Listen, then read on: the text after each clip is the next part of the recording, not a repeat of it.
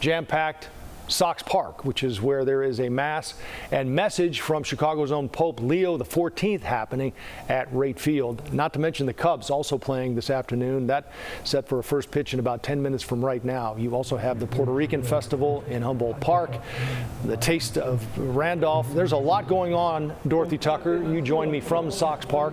How's it going there with this mass and message? Well, Joe, we are getting ready for a very special day here. The doors open here about 12:30, about a half hour, 40 minutes ago. Now, if you take a look at the stands, people are just now beginning to trickle in. Obviously, you aren't talking about a lot of seats being filled right now because the program really doesn't start until about 2 o'clock, so they do have some time. But I can tell you, the tickets were at $5. This is a sold-out event, 25,000, 30,000 tickets, so they expect perhaps that many people. This stadium holds about 40,000 people, but they didn't want to sell every ticket. The reason they didn't want to do that is because behind me you have the stage, and they didn't want people to be sitting behind the stage and not able to see. Now, this area right here, this is where your dignitaries will be sitting. These are all the priests and the nuns. If you take a look over there, you've got some nuns who have already arrived early. When you talk about dignitaries, though, let me take you to one over here. Bishop, coming over. Bishop Larry Sullivan is here with me now. People have been waiting for this. Tell me just how momentous this is a historic event in the history of our city, and this is just a day of tremendous excitement, and I'm so happy that so many people want to be a part of this great day. It's a time for us to really celebrate the Holy Father's origins, to pray for him, and to really be in touch with the sacred. So thank you. No, thank you. How did you come up? How did the Archdiocese come up with this event? And why? What was the beginning of it? So the beginning of it was really, how do we respond to this wonderful news that one of our own had been elected to the papacy?